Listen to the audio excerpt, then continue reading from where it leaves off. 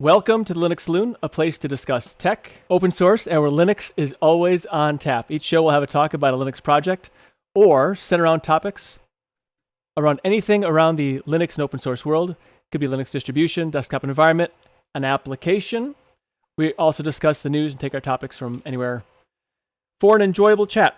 Anything that is Linux, tech, and open source related is on the table for discussion. I'm Nate, a Linux fitness and vintage tech enthusiast with an almost unhealthy obsession with the Open SUSE project. And with me today I have Eris, Servan, the Vashinator, Thomas, Dan, Kelly, Colin, Jinda, and Shickle, who's at the end of this Brady Bunch square thing that we got going on here. So welcome. How is everybody? Good. Excellent. Good. Great. Hopefully all the audio is coming through great. All my meters are bouncing just like they're supposed to, so hopefully there's no like double audio or half channel or any other crazy thing going on. I'm sure somebody will complain because the audience is great. The people listening live are great at complaining, so much appreciated. So on the docket today, we're having an open mic night. We're going to check what's on the menu for next week. We'll do a news flight, community free pour, and last call. Actually, we don't have a community free pour because I didn't get anything from anybody. And a last call. But first, what have you been doing in tech or Linux? Thomas, you got a new PineBook Pro. And I have no idea, nor does anybody here know what you're running on it. At least that's what I'm going with. So what do you have powering, what operating system, I should say, do you have powering your PineBook Pro? So anyone who has known me for any length of time will know that what I'm about to say is blasphemous. I am running Manjaro XFCE, and the reason I'm running that is because A, DruggerOS does not have an ARM version yet. B, the KDE version of Manjaro just annoyed me to death. So I just could not deal with it. Okay. And reason number 3, I got the NVMe adapter for it. Okay. And put in a 500 gigabyte NVMe drive. So I kind of, either needed to use it as my home partition or boot from it. And I opted to boot from it because I wanted the fast boot times that NVMe gives you versus EMC. Sure. So I kind of had to reinstall an OS anyway. I also tended to have a few issues. So the image that comes flashed on the PineBook Pro works just fine. But when you flash the KDE version of Manjaro, it has some weird issues. And I don't exactly remember what those issues are anymore because I have been running it with the XFCE version of Manjaro for a while now, and things have been working fine. I will say there are 2 big issues I have with it. First, if it's playing audio, there's like a high-pitched hum almost, or hiss. And it's very, very noticeable. I haven't quite figured out what's going on there. And whenever it stops playing audio,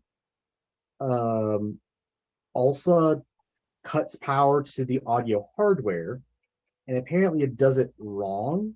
And because of that, there's a loud pop, even if you have it muted. So it's extremely annoying. There is a workaround, but the workaround is literally having your PineBook Pro constantly play silence. And because of that, there's a constant hiss, even when you have your volume set to like 0. So I'm like, what's the point here? The other issue I have with it can't go to sleep or hibernate. Really? I have a solution for that. That does not Okay, you can surprise me. continue. I'll tell you the solution for that. Yeah. For whatever reason, it'll like act like it's going to sleep. And I guess it does go to sleep, but then you can't get it out of sleep. So you have to completely like press and hold the power button to fully shut it down and then boot it back up. It has insomnia. I guess. It has something wrong. I haven't figured it out yet. It just kind of So- sucks because like the entire reason you want an ARM 64 processor in your laptop is so that, you know, when it's running, you have great power efficiency, but also so that it goes to sleep and wakes up lightning fast. And if it can't go to sleep or wake up properly, that kind of defeats half the purpose. But I also got it because I wanted something thin and light, and as you can see, that is relatively thin, and it is significantly lighter than the gaming laptop I had before. So for what I've been wanting it for, it's done fantastic. I've actually been using it to start working on an ARM version of Drugger OS. It's nowhere near ready yet, but I'm actually able to build image files now. Whereas before I was having to do it through QEMU, and it just was not going well. Ideally, by like January, February, I should have a working version of Drugger OS on ARM. So maybe like an alpha, but something. What are you going to use as the base of it? Oh, for Drugger OS on ARM, it's going to be Ubuntu just like it is on x86. Okay. Just to keep a similar base and make it so that I can continue packaging things the same way. And ideally, a lot of the packages that don't have a specific architecture will just carry over. It might be easier to package Debian because on ARM, Debian has a better support than Ubuntu. Debian has more development than Ubuntu. So But if No, you're most of making a the gaming distro, Debian's too far behind. Ubuntu Mate I has, game on Debian just fine. Everything works great. Steam works great. My NVIDIA I'm not saying it RTX doesn't work fine. 3080 works wonderful on it. I'm not saying it doesn't work fine. I'm saying that the software that you have is either unstable, Debian unstable, or Debian testing. Debian testing's worse. Or old, Debian stable.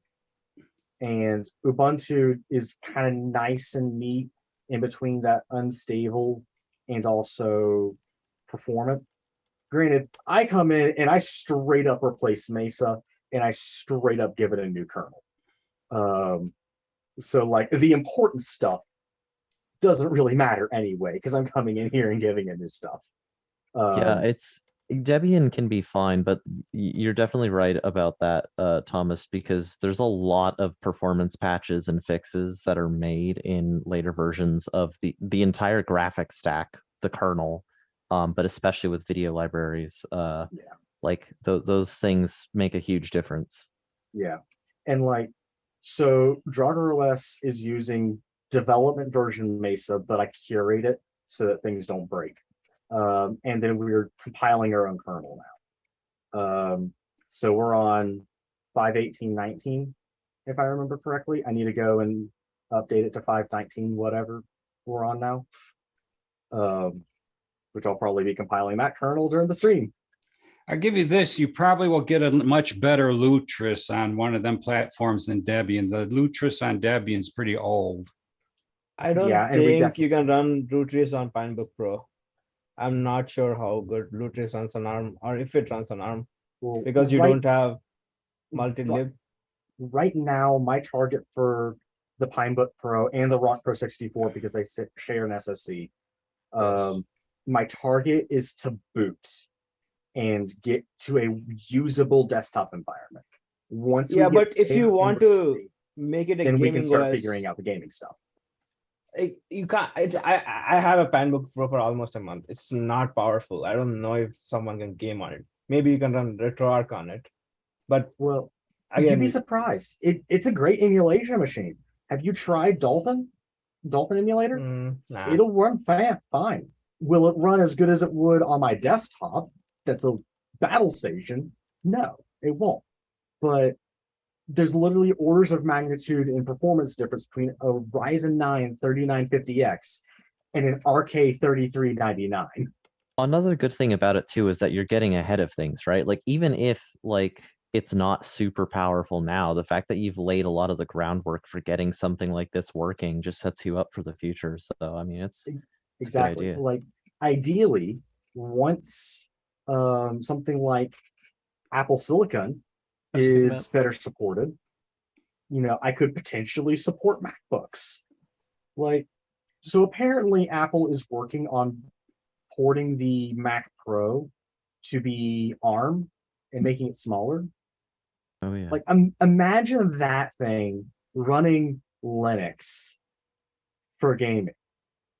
That would be gnarly. I think it'd be great, and I think you should continue with it. Yeah, sure, ARM, the PineBook Pro is not the most performant chipset that you have, but there are people that would have a desire of doing, like you said, retro gaming, and there are some, modern titles that I'm that will work on that are not, AAA titles, but there's more than just AAA gaming on Linux. So I think that is a good choice to do that. And my typical way of developing for Drugger OS, I try to get it to where it's usable out of the box on actually really, really low end hardware. If you actually look at the Drugger OS website, the base specs is literally 2 cores, no hyperthreading, no boost, with 1 gig of RAM, which is extremely low end specs. That's like, early to mid 2000s specs. Granted, it's still mandatory. You have to have a 64-bit processor, but mid 2000s-ish, right? Whereas, it's the games that start requiring way more power. And it's going to be the same thing here. You can come into this with, say, a Rock Pro 64 with 1 gig of RAM. It's usable, maybe not great, but usable. But then you throw it on something like this that has 4 gigs of RAM, or once I find something that has a more powerful SoC and more RAM, put it on that once I port it to it, and there you go. You can maybe do some more legitimate gaming. Granted, most games are still made for x86, but I imagine that's going to be shifting more and more towards supporting both ARM x86 gradually as more OEMs release ARM-based laptops. It'll be a slow transition, though. Especially if they start building consoles with ARM processors.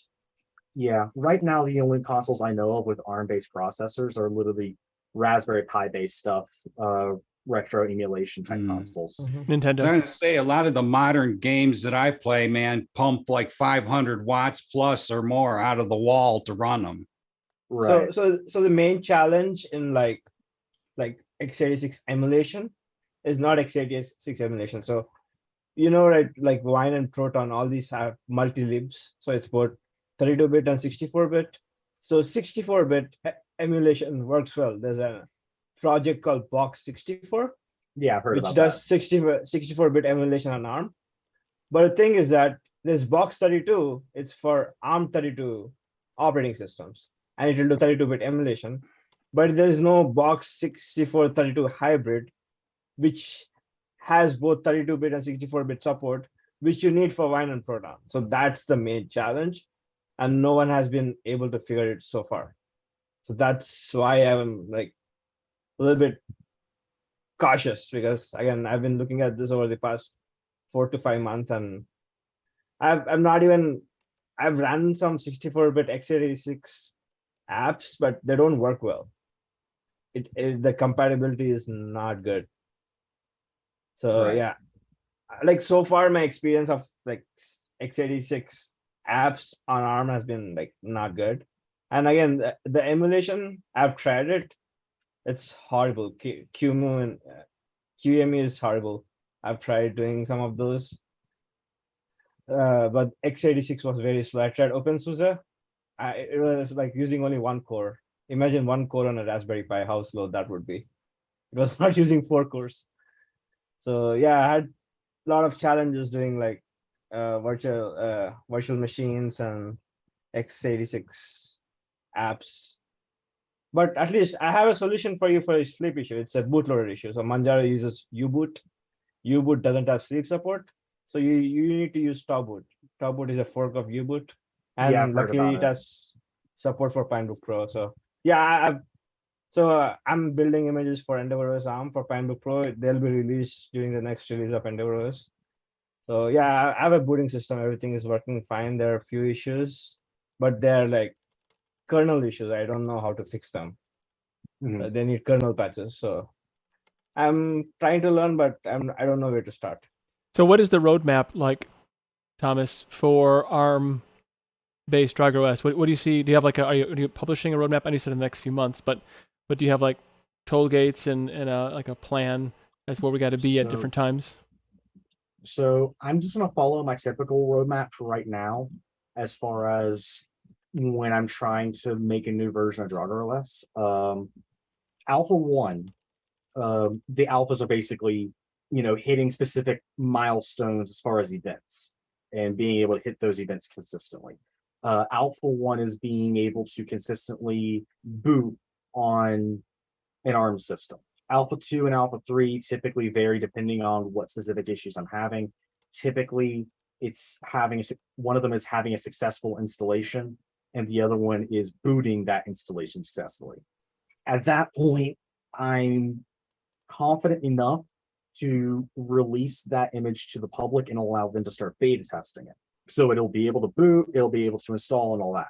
Now, of course, on ARM, I can kind of skip half of that because the way you handle that on ARM, you don't boot from a USB drive and then install it to whatever drive you want to. You flash it to an SD card, basically, and then you boot from the SD card, right? Like to get Manjaro XFCE on here, I had to literally download the image file, flash it to the EMC store or to the NVMe drive, and then in the bootloader partition, just change the config file to point to the root partition on the NVMe drive. Worked wonders. And it made it so I didn't need to patch uboot, which is great. So that's likely what I'm going to start off with and just tackle whatever comes my way. I'm able to build an image file. I'm trying to get an image file right now that is bootable. So that's my first big hurdle. Because my entire build system is manual. I have to run a script to tell it to actually take a CH root and build whatever. So I need to figure out how to modify that script to tell it, okay, here's your CH root, here's what your target is, do whatever you need to, there's your bootable image file. And then because I like the high compression, we're compressing it using Z standard compression. Thank you. Well, there's two reasons why I'm doing it. Reason one is because that high compression ratio. Reason two is DragOS is geared towards intermediate users to begin with. And to be brutally honest with you, DragOS on ARM is not going to be anywhere near as polished as DragOS on XFCE, or not XFCE, x86. So because of that, I'm not going to feel comfortable with beginners being on DragOS on ARM, period. So because of that, by using Z standard compression, if you're still trying to do this on Windows, it ain't going to work because Windows doesn't have Z standard compression support. 7-zip might. I honestly don't know. I haven't tried it, but I would assume not right now. I don't believe so. I think it supports I know it almost supports everything 6. else. Basically. But the idea is you basically will have to already be using Linux and have some experience with it in order to like see this image file, be like, okay, I know what this is, and know how to get from you have an image file to, okay, you are flashing it, and then to you're booting it. Because that Z standard compression isn't commonly supported. And you're going to see that and be like, what is this? And you can't even do anything with it on Windows or Mac anyway. It's LZMA. That's the compressor that it uses. Yeah. Now, as it gets more polished and more user-friendly, I probably will end up changing its compression to something like XZ. So it's still nice and highly compressed, but it's still a little bit more user-friendly. I've long moved away from zip at this point. because it's nowhere near as good a compression. So I don't want to belabor it too much, but I will be looking for updates for you on how the ARM project goes, because ARM is not necessarily the present when it comes to desktop experience, but I do think it is a part of the future piece. And I know there's many different ARM architectures, so there's going to be some challenges in covering all of them for sure. But my understanding is if you can do one, and as long as you got the right bits and pieces of the other ARM architectures, much of the work will already be done anyway. So hopefully this goes really well, and we can see what comes of this. And I hopefully we'll see like a nice Gantt chart of like different things that are going to happen and when they got to happen. And I don't know if you have time to maybe spend a few weeks doing that instead of getting actual work done. That'd be great. So thank you very much, Thomas. I'll move to the Vashinator because he he's kind of an old man, so he takes an early bedtime. I think he cracks open a can of Geritol. So I want to make sure we talk about his things before we actually move on, or I should say the show goes on too long. But Vash, you released another video. It's to run Python files via a Bash script. What is it that you're trying to accomplish with this? Is this was the impetus for creating this video? So if you got up at 4:45, you would call it the night earlier in the day too. But this was actually something I ended up doing for work. We were implementing some Python scripts, and we wanted to email if the script failed. But due to the amazingness that is Microsoft Outlook and multi-factor authentication, that is not something that is easy to accomplish from Python. But from a Linux box, that's something where you actually have an email server on board and you can go ahead and do all of that. So what we ended up doing was having part of the Bash script fire the email if the status came back 1, which is failed, and kicked off the Python script that way.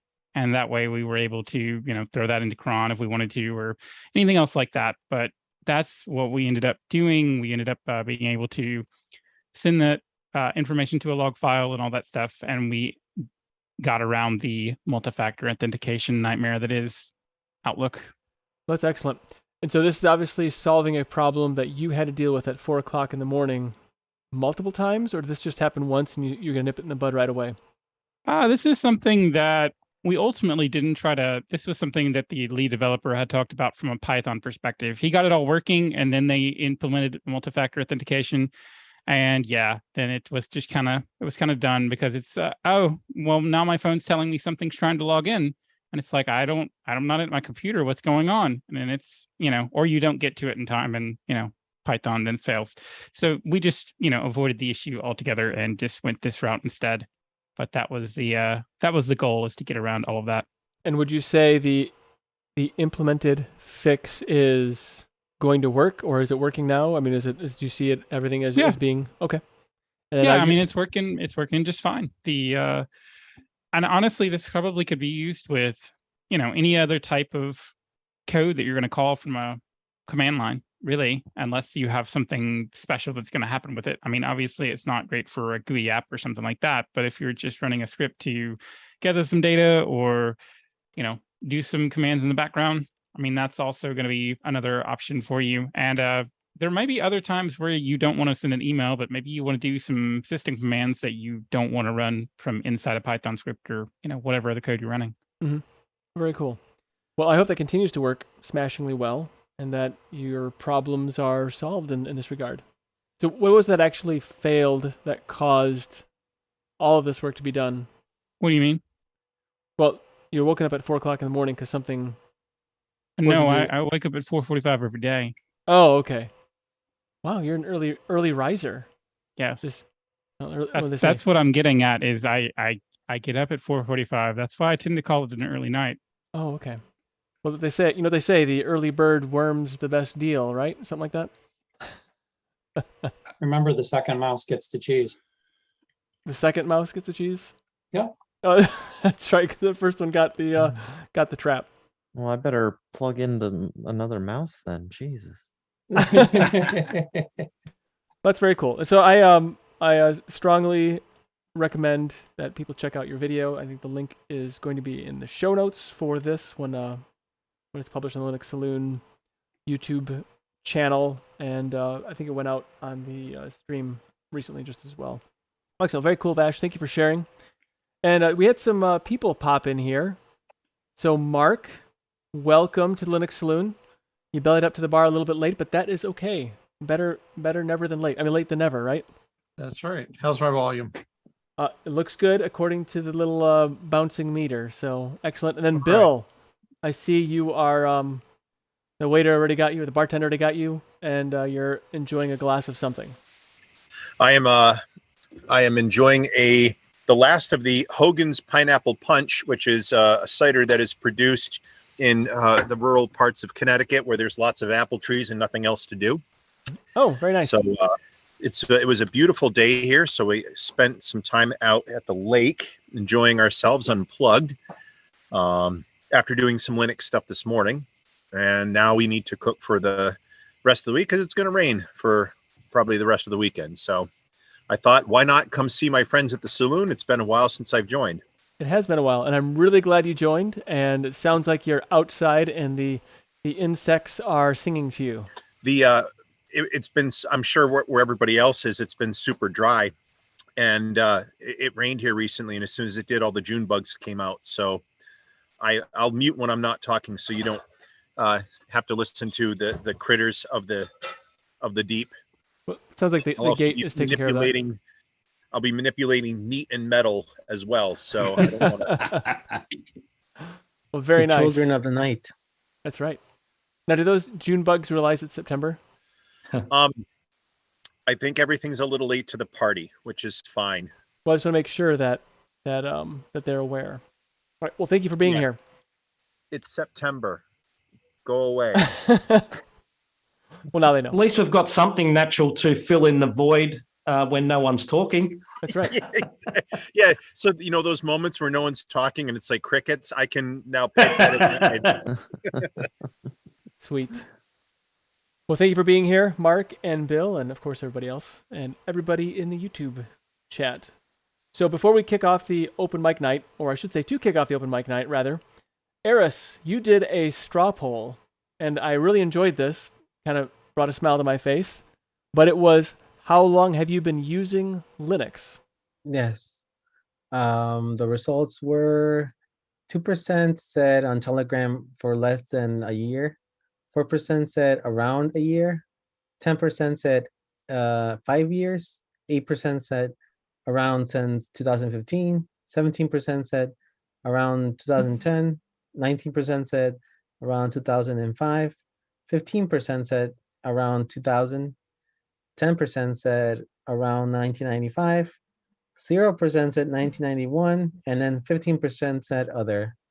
And the replies for other were, one person said about 3 years, another person said 23 years since 1999. And then other replies were since around 2006. A different one was since 1994. MCC Linux, a friend showed me, and I used to FTP stuff when at university. And then another person said around 1997, 1 week, 2009, 1 year, 2018 to present. That's fun. And then another reply was, I answered 1995, but just played with it a little back then. Was hard getting a Win modem to work. Did a that lot was of painful. Did a lot of installing Linux, removing Linux, and putting Windows back on my only hard drive so I could get on the internet and ask a question, then put back Linux once again. I got the answers to see if the suggestion worked. It wasn't in 2004 that I stopped dual booting Linux and Windows. I found that what is left of the website of the Linux user group I helped create back in 2000. We met at a food court in a mall. LOL. I wonder if that And mall is still standing. That'd be my question. maybe. Malls are having a hard time now too. Yeah, they are. And then the final reply was full-time question mark? Since about 2018 when I got my custom built PC. And then for Matrix, 33% said around 5 years. 17% said 2000 around 2010. 17% said around since 2000. 33% said around since 1995. And there were no replies to the Matrix one. It's interesting the breakdown between the Matrix and the Telegram difference. Although really really not that different, I guess. Around 5 years. Yeah. It seemed like since 2005 was kind of the middle in Telegram and maybe slightly earlier in Matrix. Interesting nonetheless. Yeah, we need to get some more people to drop into the Matrix. I drop in there at least once a day just to see if somebody posted something, because it's right above my Peppermint secure channel to the Peppermint guys. So it's really easy to do. Well, I almost always have Matrix open, and I'm trying to keep my Discord open and be a better Discorder. Yeah, I have Matrix, Telegram, and Discord always open, but I mean Telegram's like the only place anything is happening in like 90% of the channels I use. So that's just that's just That's where I end because up. it's already has established people in it. Yeah. I think also the ease of the on-ramp to Telegram is a lot, I should say, yeah, the barrier to entry in Telegram is much lower, I think, than the others. Yeah. And I mean, I guess the security thing is a concern in the Telegram world. I understand it, but I'm not sending like secure anything. Like you could pretty much put it on, on Twitter, and it wouldn't really matter one way or the other. It's just a different audience as far as I'm concerned. I don't consider anything secure. So, Eris, how long have you been running Linux? I started running Linux around 2006, I think, 7. I ran Okay. I dual booted Ubuntu and Windows XP, I think, at that point. Okay. And I didn't start using it full time until 2010, 12, something like that. Okay. I think it's notable that between 2015, maybe 2005, that's like the majority of the votes. So that's probably around the time of Ubuntu, 2008 or something, when Ubuntu became like more stable and everything was better for using it out of the box, probably 2010 too. Well, there's a lot of excitement in Ubuntu when it popped out in 2004, 2005, that time frame. I felt like there's a lot of people that I knew, like IRL type people, that were running Ubuntu, and I was the only one running Mandrake around. But Ubuntu seems like it pretty much caught on fire and really hasn't fizzled out, at least from my perspective. Although I would say maybe Fedora is probably giving them a run for their money on the social media chatter at this point. The way they made it so easy to get proprietary drivers and codecs, it really like made everybody else work harder to make it easier for the new user, I think. Yeah. So, Servan, how long have you been running Linux? So, like, technically since October, when I was using WSL, I started with WSL, but on hardware, late November last year.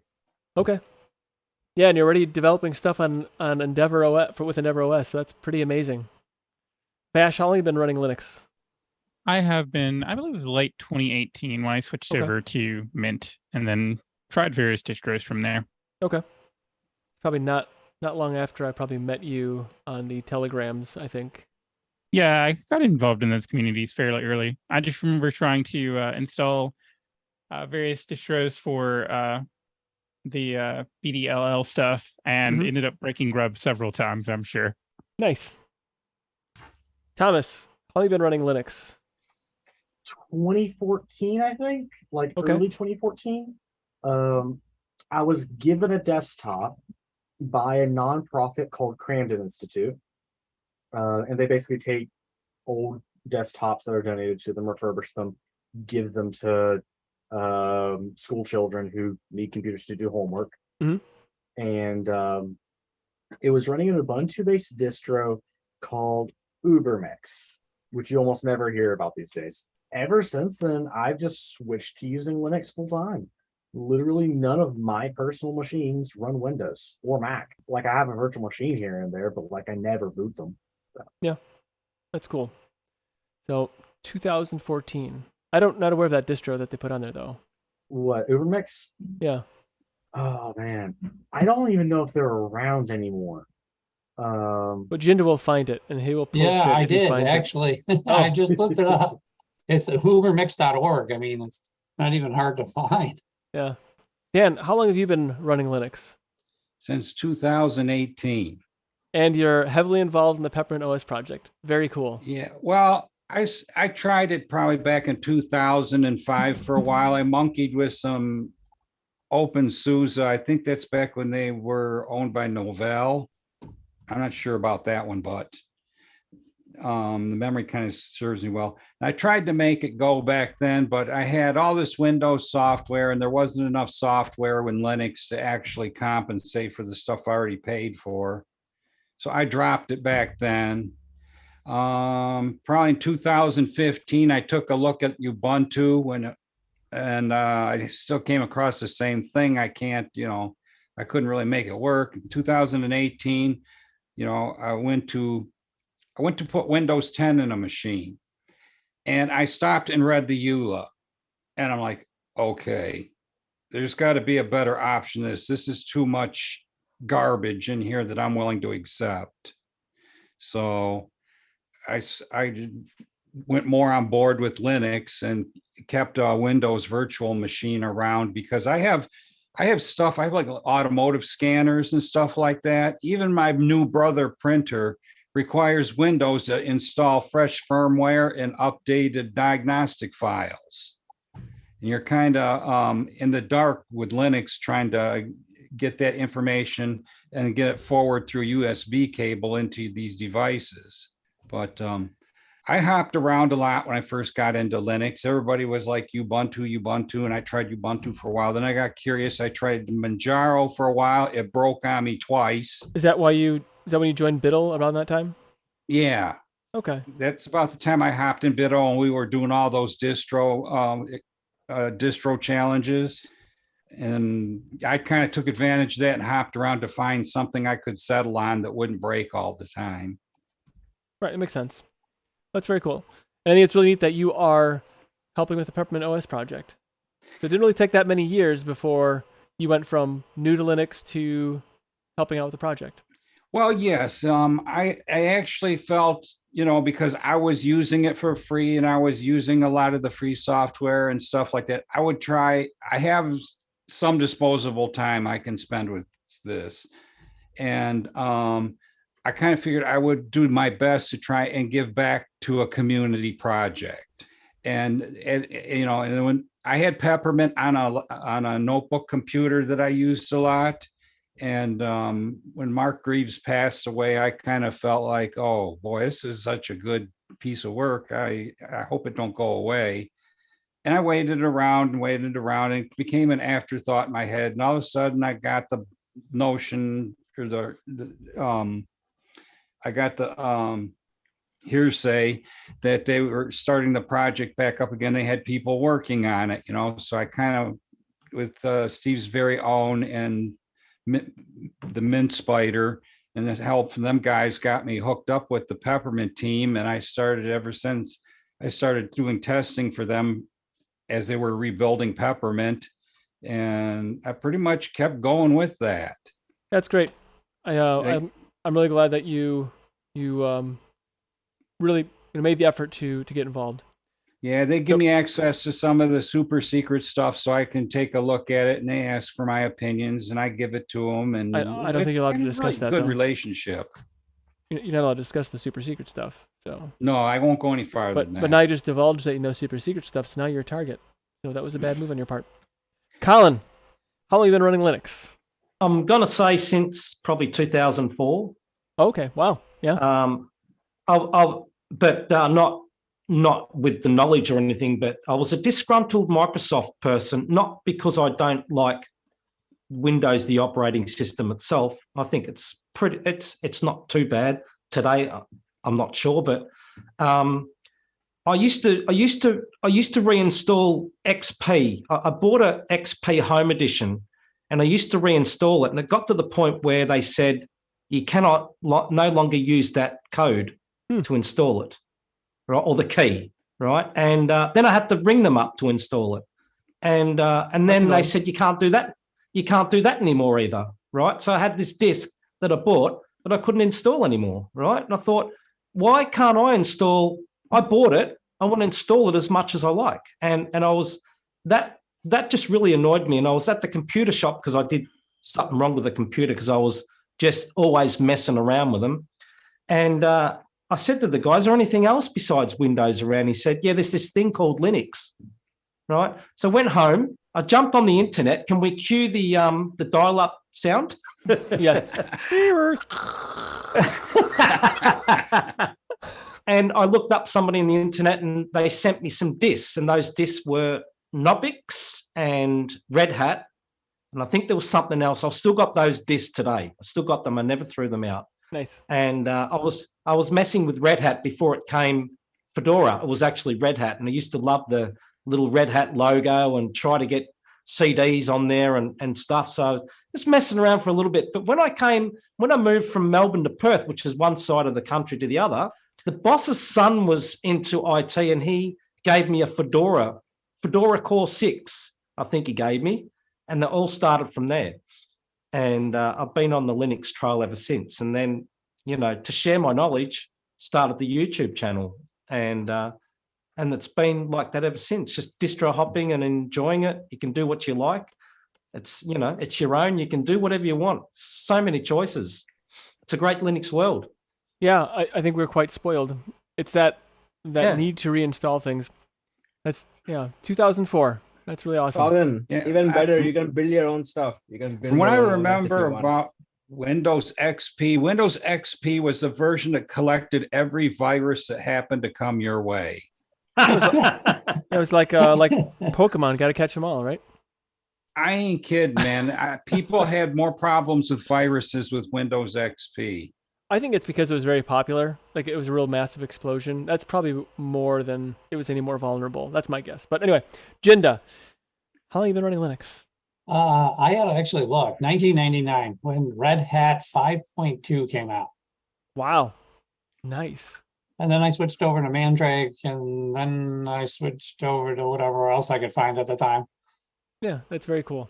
So, did you party on Linux like it was in 1999? Is that maybe I did, but I do remember not being able to get a modem to work, and I actually just used the sound card. Oh, really? Yeah, there was actually, I think, a kit you could get that converted it over, because all it is listening to sounds and right, a microphone, and it was nothing more than like a couple of wires and a phone jack. Yeah, that makes sense. Yeah, that's very cool. Actually, I didn't know that project existed. I didn't either, but until back then, that was one of the things I had access to, like a billion different broken sound cards that I could probably use, and 3 different modems, and none of them worked on Linux back then.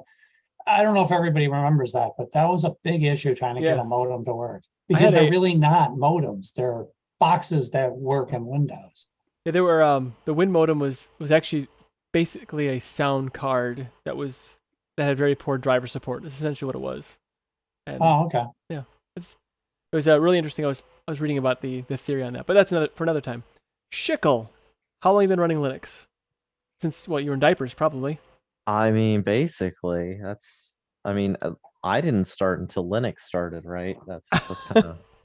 It was like I think it's been almost 7 years now. It's 2015, and I remember the first thing I did was nuke and pave a laptop without really having a backup and not really knowing what was going on. It was good. Didn't even like the distro at the time, and then ended up having to distro hop about 6 times. Skipped school that day. It was a good time. Yeah, and you're right now running Fedora. Yeah. Silverblue, yes. And every time I click the software update button in my system settings, my system hard freezes and I have to force power it down. So it's going great. Sweet. Everything is working. Is that laptop still good for you? Yeah, everything's working out. Just a couple little bugs here and there. What do you say, Vash, before I interrupted? You didn't expect to actually be able to update, did you? That's not a requirement you had, was it?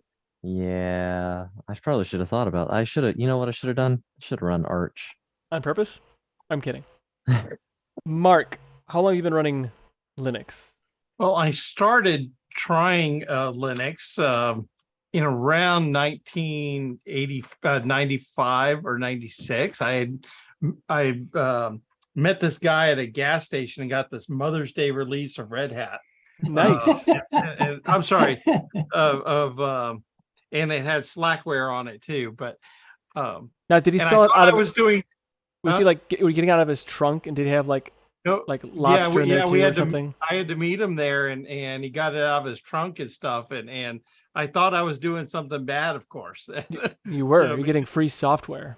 Oh, well, I paid $10 for the CD, but and then I know in 2010 I was evaluating. I got into a regular cadence of evaluating and help beta test the Ubuntu releases, because I remember the Maverick Mercat, right? And I think that was 2010. But I know I had done a lot of beta testing over the years, but I never was like running it on a desktop. And then later, I know in 2014 when I moved to Atlanta was the first time I came with a laptop that only had Linux on it. And I moved here at that time, and I ended up buying a house and doing all the closing documents and all the stuff you needed to do all through a Linux laptop. And that was quite the chore, working with PDFs and all the stuff you needed. So I know that I've had a desktop fully dedicated Linux since 2010 or 2014. That was. And then of course I've now I run plenty of servers, and I have desktops and laptops all with I still pretty much am running Ubuntu or Mint. That's cool. And also very neat that you kept your gas station Red Hat CD all these years. I have tons of old computer crap, which I probably should get rid of. Yeah, it's only important when you have to move. Yeah. Bill, how long have you been running Linux? I have been using Linux since 1999. I was introduced to Linux at a computer camp I used to teach at, where they needed someone to teach Linux. And I knew nothing about Linux, and I was told, teach this because we don't have enough staff here, and we need someone who can help get this off the ground. So my first distribution, which lasted for a week, was Red Hat 5.2, which is what Jinda had started off with. And then I also learned what Mandrake was, because, the battle of the RPM distros. I've used SUSE, and of course, this particular laptop is running OpenSUSE Tumbleweed. Great distribution. Everybody should run it. That's right. No wonder it's working so well. I've used Slackware. I've used BSDs. I had a Dreamcast that I ran NetBSD on. Oh, wow. And I actually used it as a firewall. And my claim to fame was that when my housemates would irritate me, I would simply take the NetBSD CD out, and no one would have internet for the day. And no one could figure out why. So I've been using Linux for a long time. I work for an IT provider outside of Hartford, Connecticut, and I advocate for Linux wherever we can use it responsibly. Yeah, you do go do the show mantra, which is please Linux responsibly. So that's very awesome. I like it. Exactly. Yes. You live it. Very cool. I'm also I'm happy to sometimes you guys might hear me on the Sudo show. I help out there from time to time, and occasionally I fill in for this other show called Linux Out Loud. It's a great variety. I've heard of it too. My next project is messing around with my hypervisors at home and figuring out which way I want to go, Proxmox, XCP-NG, or something like Red Hat or Tumbleweed running KVM just kind of on its own. Very cool. Scrapjeyes, thank you very much for that, Bill. I see he's very busy using a non-Linux powered tool.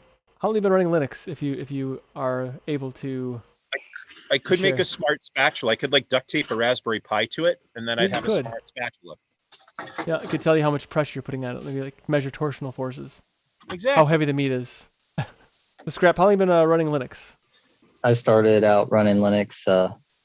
See, Knoppix was also my first one that I didn't run that as an install. I used it as a utility since like 2010-ish, because all the Windows tools that I could find at the time were garbage. And one of my friends was like, hey, try this thing out. I was like, it just runs when you put the CD in.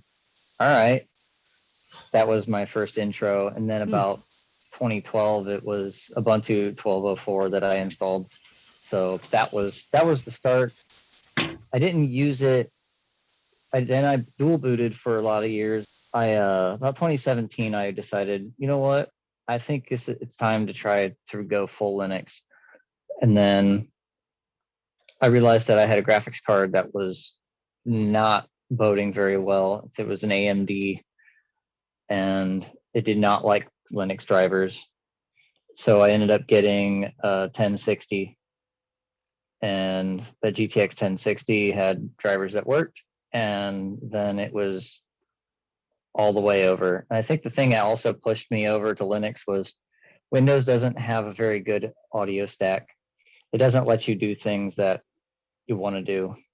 And there are apps you can use on Windows, like the voice meter suite, and they're pretty cool, but there are too many drivers on Windows that are interlocking, and some of them are these ancient legacy style things, and it's a madhouse of trying to get all the things to play properly together. So Jack was awesome, but now it's not Pulse, but Pipewire. Mm-hmm. And that's going pretty good. It's running pretty stable. I'm on Fedora 35. I haven't upgraded to 36 yet, but I'm gonna try eventually. It's pretty much been the thing. I think you're the first person to tell me you moved to Linux because of the audio stack being better than on Windows. So somebody write that down, that apparently Linux audio isn't so bad. And then now it's in comparison to then, I think between audio, graphics, and Wi-Fi being the things that used to be a problem, now there's barely anything that I can find you can't do. That there's always somewhere there's a driver that's now just a part of the system. I think I have one Wi-Fi dongle that doesn't like Linux at all, ever, and it's a Honeywell, and it has this weird, bizarre chipset in it that you have to have the, of all things, the Australian release or the UK release of the thing. It's like it's not baked into the kernels anywhere, but it's there. It was I don't know. I ordered on Amazon, so maybe they just chucked it in the bin, pulled it out of the bin and sent it. I don't know. It works on, that's the one thing I have that only works on Windows anymore, is this one awkward USB dongle for Wi-Fi. It's kind of backwards now, but that's wild. That's that. Well, very cool. Thanks. So, quite a range of dates. I started on Linux. I think I first gave it a spin in 2002. Then it was full time in 2003. So anyway, good times. Well, that was a great poll, Eris. I'm really glad I did that. It made for a nice way to kick off open mic night. And before you go any further, what was your first distro, Nate? Oh, I'm just interested. So the very first distro that I ever loaded successfully was Mandrake. And I was at the store. I was between picking up a Mandrake and a SUSE. I go, Mandrake, SUSE. Well, I kind of like that star-looking thing. I'll go with that. And that's where it was. That's really the only reason, is because of the box art. Little did I know that SUSE is where I'd end up. But anyway, it was fun, and I enjoyed it. I ran that until basically Mandrake fizzled out, arguably fizzled out. Then I jumped around a little bit, but then it was mostly OpenSUSE from like 2010 onward. So 2010, 2011. I think that's about when I transitioned over entirely to OpenSUSE. And haven't really looked back. Well, no, I have looked back many times since, but I try other things. But I just like that Geeko chameleon, not to be confused with a gecko. So. Mandrake was RPM as well, was it? Was that Mhm. RPM? Yep. Yeah, I thought so. Yeah. The big decision, the big reason for me doing SUSE was that they had the best implementation of Plasma, or KDE at the time, because KDE 3. I was not happy with maybe it was Plasma. I never really appreciated many of the other desktop environments. They just didn't tickle the right nerdy nerve endings, and Plasma is just where I like to be. Anyway, so very cool. I see 2014 is popping up. So an L15T listener, is that what it's supposed to look like? Listener, Fedora, in 2014. That's neat to see. Yeah, those polls are fun. So thank you very much, Eris, for doing that poll. That made for some fun conversation. I wanted to mention, I forgot that there was a bunch of years there where I used to go to Barnes and Noble, and pick up the Linux magazine to get the different distros and try distro hopping. Nice. If you remember that, I don't know. I if do y'all remember did that. similar type of thing, but I remember, Knoppix was always the big deal on that. Yeah, I remember. Was distro hopping? When did distro hopping start? Because if you did all that hard work back in the day to get a distro running, would you really distro hop after all that? It must have started when Linux got so much easier or something. Yeah. Well, the getting things set up, like that whole Win modem thing, that was such an arduous process that once you had it set up, you didn't want to mess with anything. And so if you broke your system after that, you were upset because for whatever reason, those exact instructions didn't seem to work exactly the same way the next time for whatever reason. And you had to faff around to get the thing working, the Win modem working. It was that Win modem was such a pain in the took us. Also, power management on laptops, that was also a big pain. I had to tweak that so much just to get it functioning properly. I think hopping started to become really popular as download speeds got much better for people. I think fast internet. Faster internet allowed you to get another distro if you were disappointed, like in a few hours. Right. 20-ish years ago when I started on Linux, I didn't have so many discarded piece of technology that could run Linux well or run things well. I had like discarded 286 and stuff like that. Commodore 64 that nobody wanted apparently, because I have multiple. That Commodore 64 barely runs anything, and you know it. Actually, it runs everything that was designed to run very well. There's even a kind of Linux for it as well, a Unix-ish looking thing, Unix-like thing, but it does require more memory. No, Puppy's just too big. It's just too big. Can't fit on that 64K of RAM. All right, so I want to take some topics that were around, like with other shows and whatnot.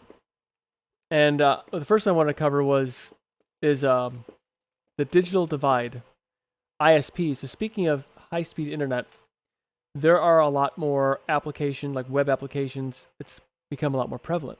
And if you don't have, or even banking and other things like that, and if you don't have good, reliable, high-speed internet, you can't do a lot of things that's needed to do, like in today's more digital age.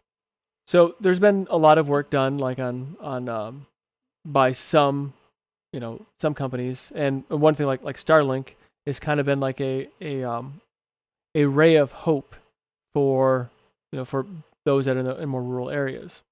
But do you see, with everything moving more digital, do you see the digital divide being a bigger issue today, or have you experienced any issues with not having as good of internet? The thing is, I can get better internet, but it's at an extremely high cost. I'm on DSL now, and they charge like $80 a month just for DSL.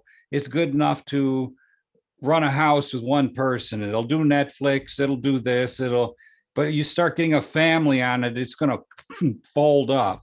The only option to move up is to switch from DSL to Comcast, and get their 500 megabyte plan or something like that with more speed.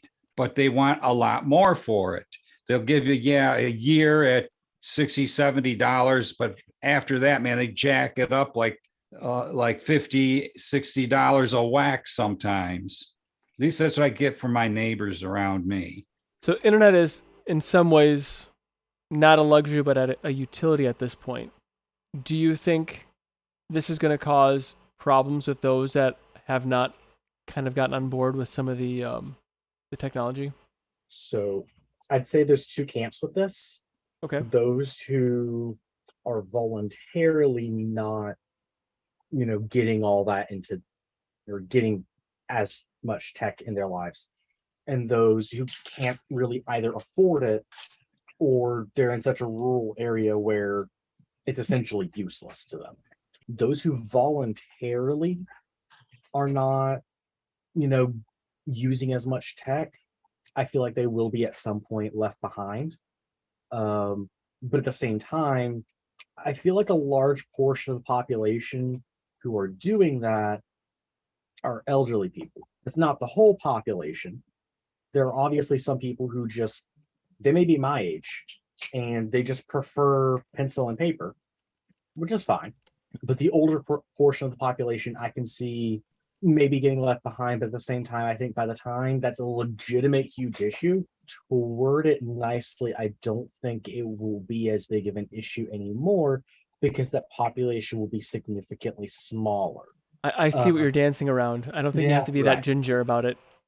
Well, all that ginger. I don't mean like that. I had to make the joke. As far as everybody who they don't really have a choice, I feel like as humankind expands, it's gonna become more accessible to them. And like you said, with Starlink, it's gonna make it more possible. I can't really say whether or not they will be left behind, because that all depends on whether or not they can afford it and how essential it is. And I don't know how a farmer in the middle south of South Dakota relies on the internet versus me, a distro maintainer in Western North Carolina versus a school teacher in Manhattan. These are very different levels of relying on that internet. Do you know how high tech farming is anymore? I don't. That's the thing, because the farms around John Deere is in the middle, in the I've heard about that. crosshairs of right to repair. That's Okay. ironic. A deer I've in the heard about crosshairs. that, but at the same time, That is you saw what I ironic. did there. I've heard See, about the whole John Deere thing. Fresh meat. But like, there's a little funny inside joke that my brother and us like to make in the family about being high-tech rednecks, because my brother lives just outside of where you can get broadband cable internet. Guess who's rolling fiber into his neighborhood? And it's been there for about 5 years. It's a company called Armstrong. There's also one called Frontier.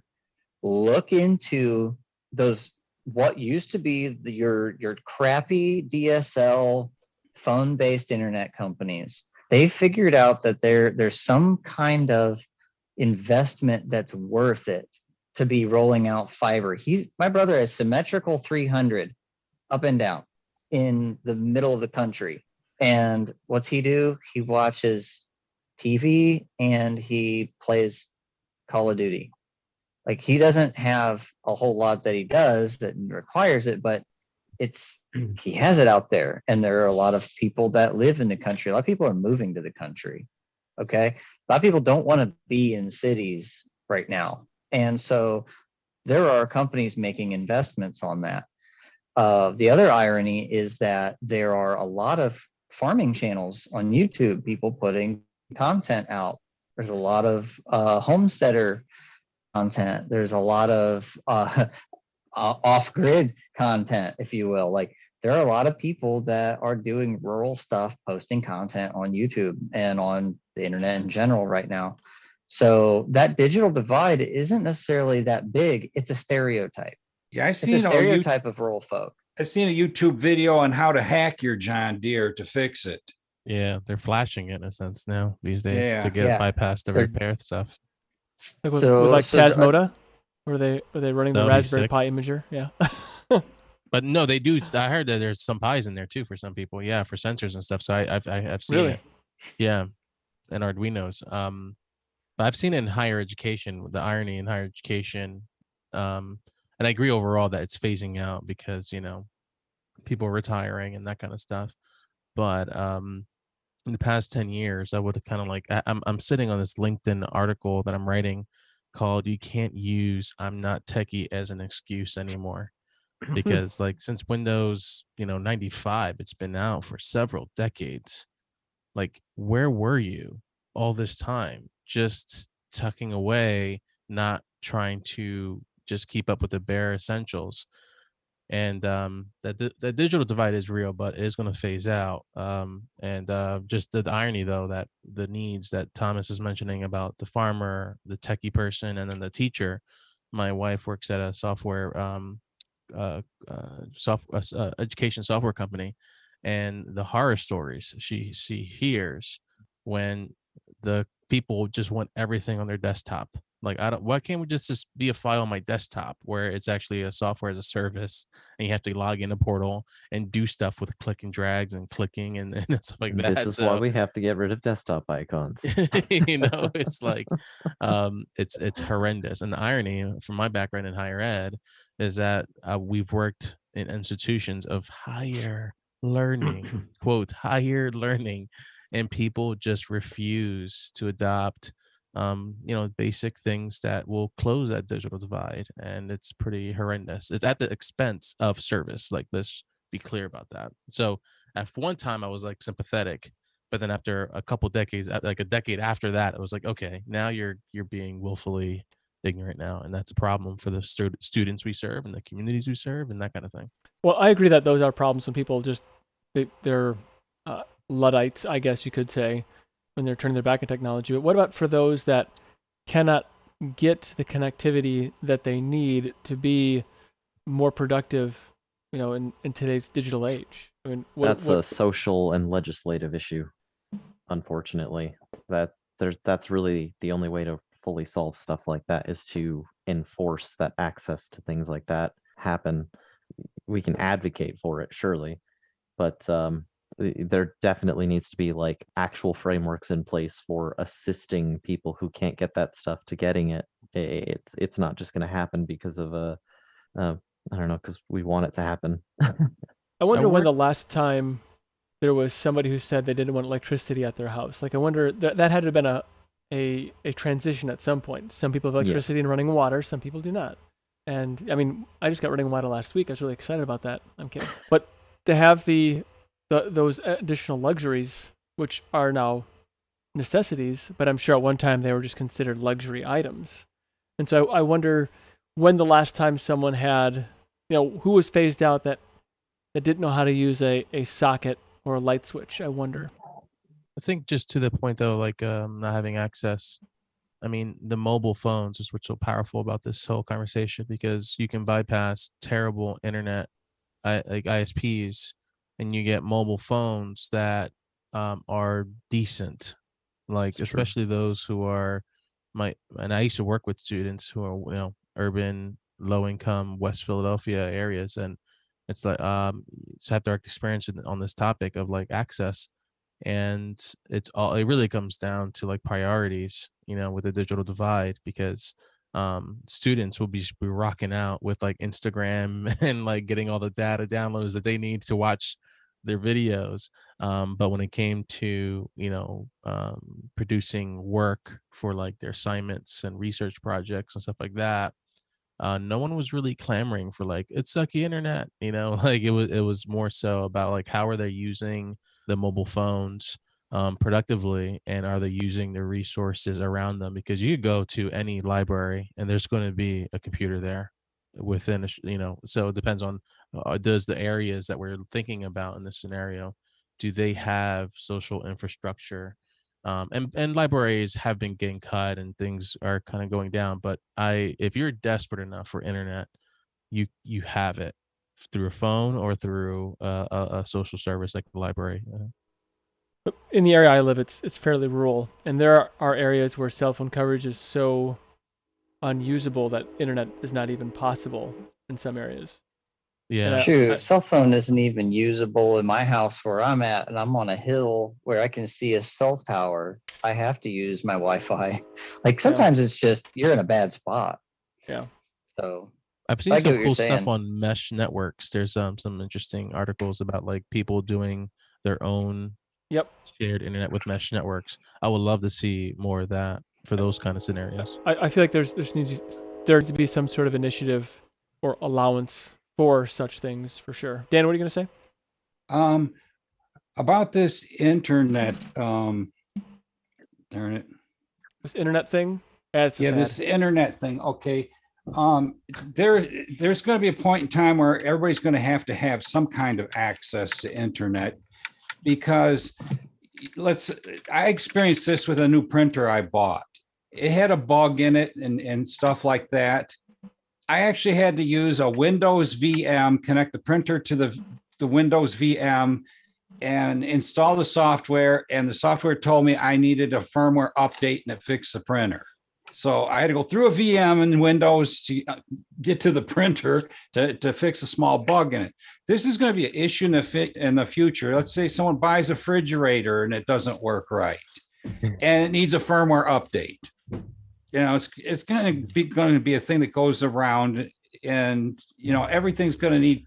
They ship the stuff out half complete, and you have to get software patches to fix it. I think that is a whole other problem. It is. Some things don't need internet access. Is that what you're saying? I think like a crockpot probably doesn't need it.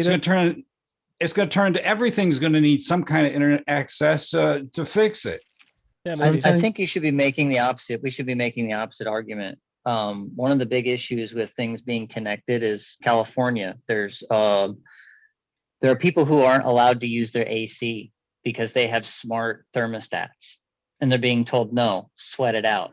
Yeah, you know what I mean? Like, right. When does it go too far? We've talked about this stuff in tech communities for years, like about things being connected, and especially in security. But some of us just were like, I'll throw all the IoT stuff on an extra Wi-Fi, like we're going to be subject to a botnet. But how often are you subject to a botnet? It's not really the botnet we have to worry about. It's these regulative entities. That's what we need to be worried about. Well, here's another example. I have a newer truck out that I just bought, and I go out last week and start it up, and I'm sitting there and I put it in gear and it does nothing. And then on the display, it says mandatory software update available. Then it's got a little button, accept it now or cancel and shut off your engine, That's actually kind of cool.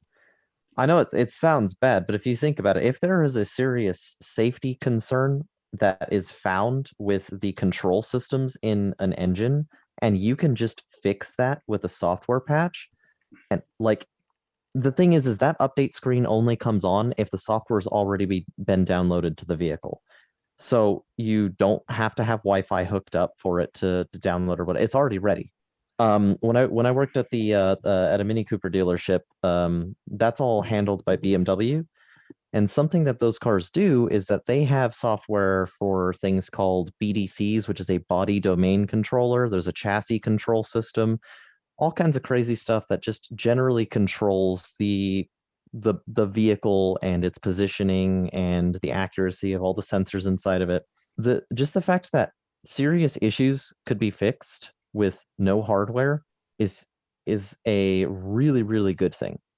I think it's kind of really bad when they catch it 2 or 3 years later and it does that. Yeah, well, I mean, once you put something in the hands of millions of people, you start to find the issues with it. It has LTE internet connection through the cell phone towers or whatever, and you can't turn it off. It's just there. My only question is, in response to Schickle, yes, it's a great thing. I see where you're coming from. Yeah. But in Dan's specific case, could they not have just created or designed it so that as soon as it's downloaded, once the car has been off for a certain length of time or has been off and it's overnight, that's when it applies the update. That way it applies the update while the car's not in use. Well, the But you first can't thing it wants guarantee your that the- permission. To get somewhere in an emergency. It has to. can. No. You have to satisfy it by giving it your permission. Well, you can do So- that and then just be like, okay, this will be applied, later on or Here's whatever. the thing, Or like you cannot predict when a car is going to be used. There's also the consideration that if the vehicle is being serviced when this happens, it could absolutely destroy the system. Yeah, Chickle's right. It's got to be done when the thing is in fully functional condition and, and it's running. Or maybe when maybe it calls you into like the dealership or something like that to say, hey, That's what ours do. Well, they have ways of doing that too. Let's say your check engine light comes on. Now they make it on some models where all the lights come on and you don't know which items broke. So you need a scanner and you find out with the scanner there's something that's wrong with the emission control system. And that's why, it does this. And it makes all the other lights turn on, forces you to fix it. On General Motors cars, now they disable the AC if your check engine light comes on. it's just my concern is what if there's an emergency or you need to be somewhere now well, it shouldn't be a problem. and the car does that. You don't own the car, you're renting the car. basically. Pretty much. And But that's no an- excuse. another thing, What if, say, your wife is at the hospital, she's just given birth to your child? A, you should already be there. Yeah, B, true. the doctors are saying that you need to come in now to say your goodbyes. You need to be So- there now. That is Yeah. It's an edge what case that though, car is but doing. I understand what you're saying. and you don't have another car. I think right? it's worse than that. I think it's worse than that.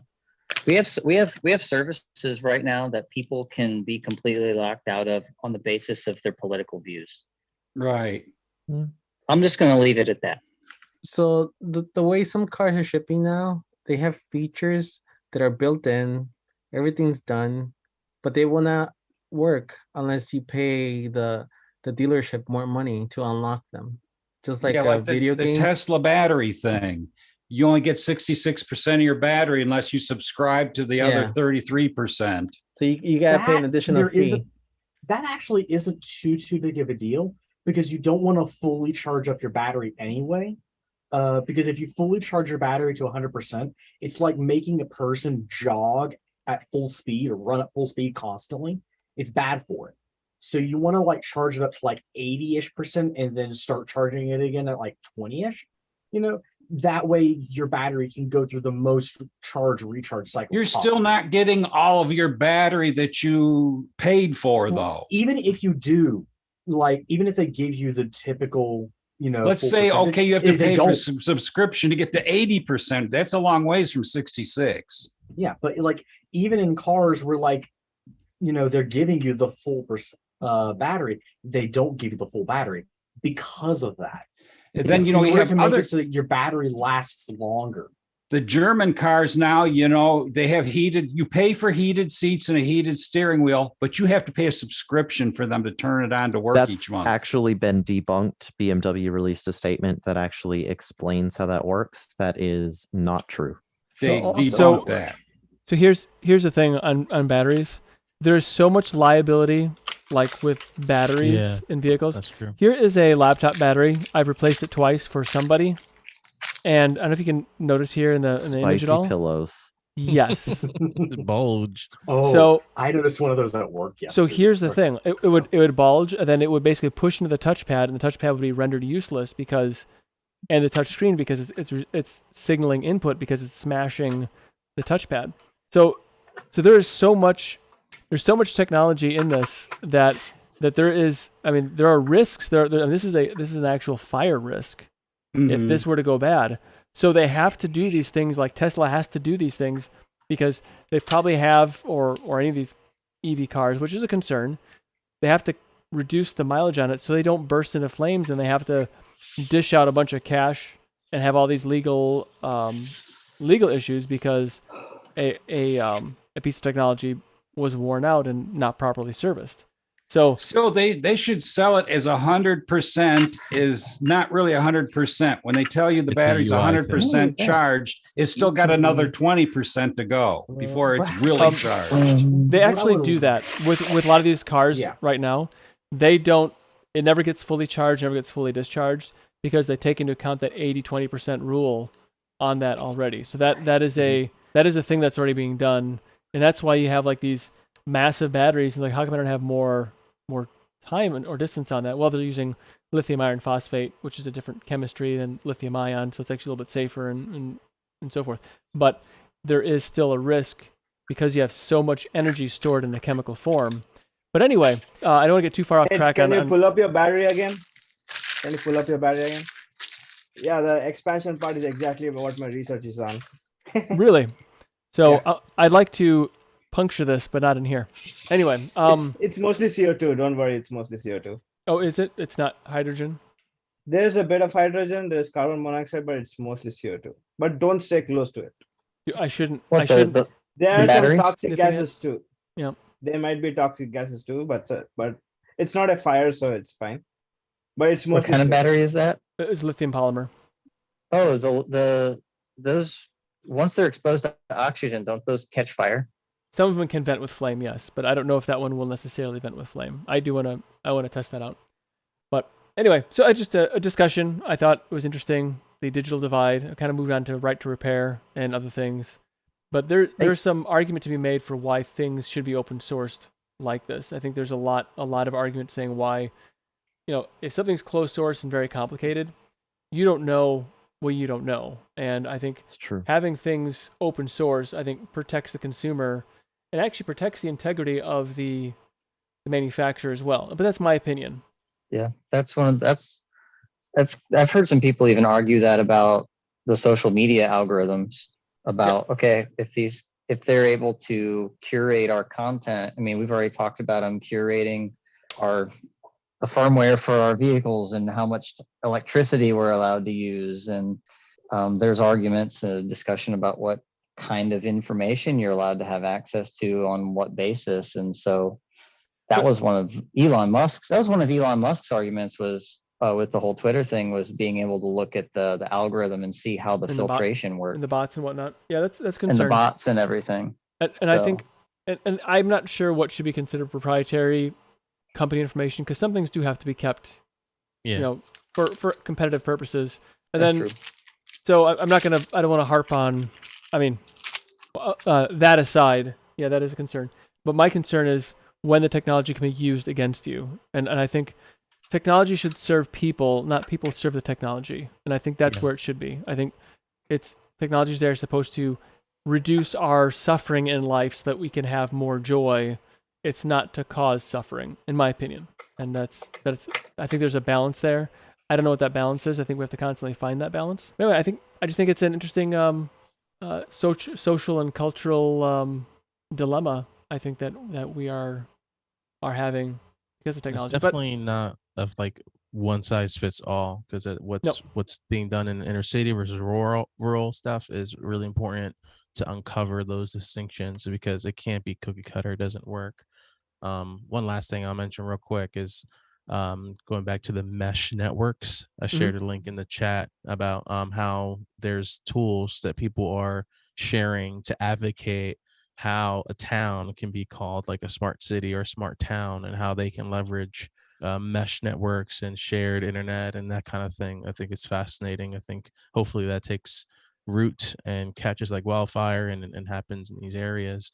And then two, it's like the best of both worlds. What if you can have your cloud, but it's your cloud and you can help host things in a more user-friendly way, like Cloudron or UniHost or those services where it's like it's still in the cloud, quote unquote, where other people can access. And you can access outside of your network, but it's also still yours. And that's another thing that could kind of ease that discussion about like the big companies versus your data and that kind of thing. I like the idea of mesh networking, and I've also considered like phones communicating between phones to pass on information in crowded spaces. And I think that's a really cool thing. an argument that I've seen against it was like, well, I mean, like it's my phone, I'm paying It's for it. Why hard. should I share its connection? But I'm like, well, you pay for water, right? And you share that connection with other people. You pay for electricity, you share that connection with other people. It's like there's just this overwhelming sense of everything is mine and I can't share it with everyone. But it's like, what if this is just infrastructure? The device is still yours. That does not necessarily mean the service can't be shared. Yeah, Alexa got in some heat because, like, as you sign up for Amazon, you're kind of like, when in terms of service and agreements, it's like you allow us to, at certain conditions, to siphon off a little bit of your Wi-Fi to feed it over to another user who might be walking down the block to make Just their a connections tiny bit. better. It's And a little bit that's like a little bit like seeding a BitTorrent network. So when almost, you, yeah, yeah. yeah. And at I- first I was like, I I- hate that idea, but then it kind of makes sense too at the same time. And you don't even notice. That's the crazy Yeah. thing. It's Yeah, such a small impact. iOS does the same thing. It keeps your Bluetooth on even if your phone's off. Yeah. And so if it's done from an engineering standpoint, in a smart way, and then two, in a private or secure way, then I think it's going to benefit the user.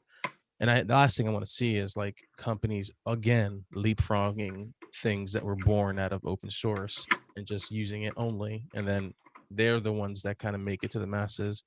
I would love for kind of our open source FOSS people kind of like help make this like the standard instead of having big companies make these cool applications of this technology the standard.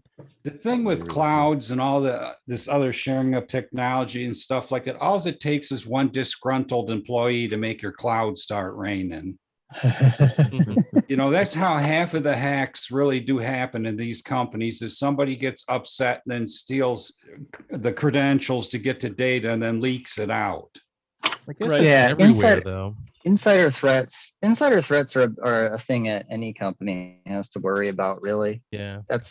And when we start, it's one thing to have like my local water system. My mom actually managed a small water system at one point for a community, and one of the issues that when you have a small system like that is when one person has a blowout, everybody has to now boil their water. Like when you have a major infrastructure issue, because everyone's tied together, when it comes to our internet and our networks, things are separated relatively well enough that you have some security with that. Once you start, tethering to each other in certain ways that really probably aren't wise, all it takes is one person that knows how that system works that can then just start exploiting it. But it's already that way. I mean, if you find one person that knows how to exploit Bluetooth or Wi-Fi, you're already done. You don't even have to be connected to it. Right. And now, if we're not, most people are probably okay. Like my issues with, technological threats anymore are not with, hackers and botnets and people wanting to be like one dude that's going to go mess my stuff up. It's more, how is it that these companies are tied into regulatory bodies and possibly governments that want to affect all of our daily lives, right? When one of the things with open source and Linux in general has been decentralized, right? So many of these things are becoming re-centralized. And the implications of that are that now what we're seeing in part of this technological divide is we're starting to see parallel economies, parallel networks of people. It's like there are people over here doing a thing, there are people over here doing a thing, and it's, instead of us having a community of things, there's like two rails on stuff that are following the politics of the day. And it's, like I said before, the stereotypes of one of those rails not being technologically, adept is a stereotype. Like they are getting there, and a lot of them are there. So when we see all this stuff that is starting to be integrated, a lot of the heat the backlash against the integrated stuff and centralized thing is coming from those of us that just want to be left alone. We want to have access to internet. We want to have access to the things and enjoy the same amenities. We just don't want everything to be so tied together that things are being imposed in ways that can be manipulated. Like if that's all, I don't know how else to put it. When you get There's no way of putting it like this. decentralization is a security in its own, right? And so I think we're being regressive, going back to centralized networks and in fully integrated networks instead of being decentralized. That's the best way I can put it, because it would hurt it hurts anybody that is on the receiving end of whoever may be in power that wants to do a bad thing. It doesn't matter who it is, right? Once the systems are in place, whoever takes power of the systems is able to use them. Right. And when they're decentralized, that's a part of our security. I think I look at it this way. If I get out of my house and I walk, through town, I expect I'm going to be watched. That's fine. People can watch me as I walk through town. But if I go into my house and I close the door and they try and follow me into my house and keep watching me, that's a different kind of a problem. So, Yeah. that's kind of how I look at it. Anyway, I want to be careful on this subject for numerous reasons, but I think there's a lot of great conversation that just has happened, and I want to get to a couple other things here before we close it out for the night. So, I want to talk about something that Dan brought up before the show. He called it Distro Psychosis, and so you stepped away from computers for a while. How long was that while? A month to 2 months. Really? I didn't completely drop them like a stone. I still checked my email. I still used a computer for entertainment, for like streaming service. But as far as actually playing with distro parts or installing another distro ISO into a computer and stuff like that, I got to the point where my family was bugging me that they wanted to spend some time with them. And I had other things going. I hurt my back. I had to go to physical therapy 3 times a week. And I just got in this spot where the computers were the last thing on my agenda to monkey with, and the Peppermint guys kind of said that since they got their August release, that they were going to wind down a little bit. And obviously they didn't, or they took a very short one. Because when I finally started this week getting back into the groove of things with them, come to find out they got their own repo and they're writing documentation and they're doing all kinds of stuff. They're making new apps for Peppermint. And that's cool. Now, you said you had to step away because something you call specifically Distro Psychosis. And would you say was being too deep into technology causing you, we've talked about burnout before, but psychosis I'm basically is a different... wrapping around the word burnout. Yeah, okay. Were you actually like going a little bit crazy because of your distros? Well, yeah, I have 1, 2, 3, 4, 5 laptops and 2 desktops. Each laptop has got a different version of Peppermint on it because I test on hardware mostly. The Peppermint guys, a lot of them I know use virtual machines now and then. I like to actually put it right to the test and see how much hardware comes to life. So, I got Dev 1 in 64 and 32-bit on 2 different machines. The same thing for 64-bit version. I got that one set up with the 2 system Ds of 32-bit rather. So there's 4 machines right there with 4 different versions of Peppermint on them that I'm constantly yanking USBs in to check them. And, on top of anything else I want to look at, something new that came out, like I just couldn't do the clear Linux. It was, I didn't have the desire. I didn't have the desire to look at it. It just wasn't there. I totally understand. It wasn't the distro itself. It was just my desire to play with building stuff. I went through a month or 2 of just being able to turn on something. It worked. I did what I wanted to do with it, and then I could shut it off. If I wanted to game, okay, that's fine. But I'm not going to tinker with something to make something work. Do you feel like you're maybe coming to the end of your distro hopping days on Linux? Well, that was a long time ago of actually going from one distro to another. Okay.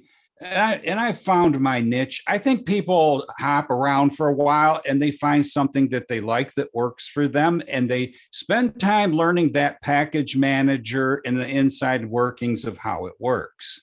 Okay, and then they kind of stick with it. The Arch people are always going to stick with Arch because that's what they know. They know it's package manager. You're always going to be an OpenSUSE guy. You know the ins and outs and everything that works in it.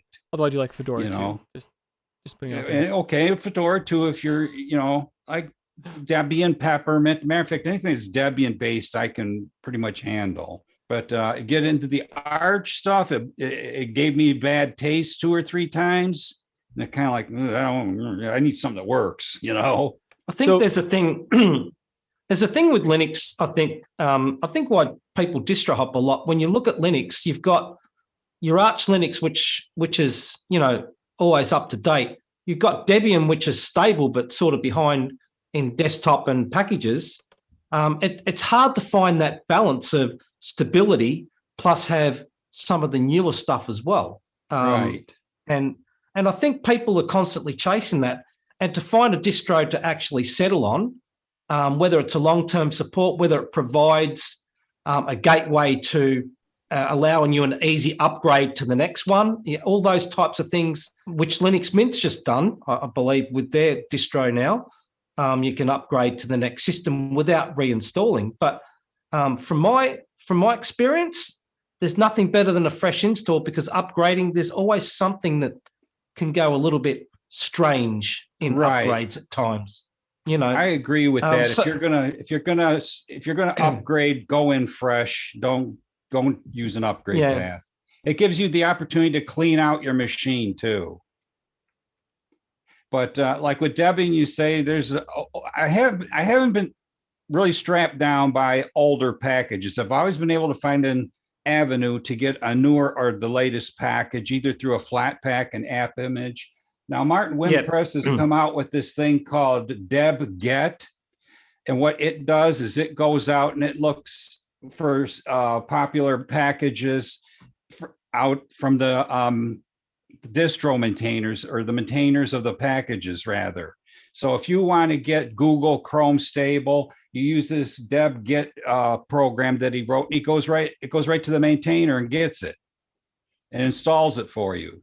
Yeah, I think Flatpaks and snaps and app images have solved a lot of those issues with up-to-date packages. But yeah, it's just the I don't know. There's seems to be a very large spectrum of you know, on the cutting edge and then on the stability. There's a very it's completely different at both ends, isn't it? Right, it really is. The thing with interesting about the that balance, and what I think Shiko and I find so intriguing with like immutable file systems like Silverblue and Micro OS is we might have a new chapter in Linux or desktop where we have the best of both worlds. We have future or bleeding edge stuff. Well, with Silverblue, it's more at a certain pace.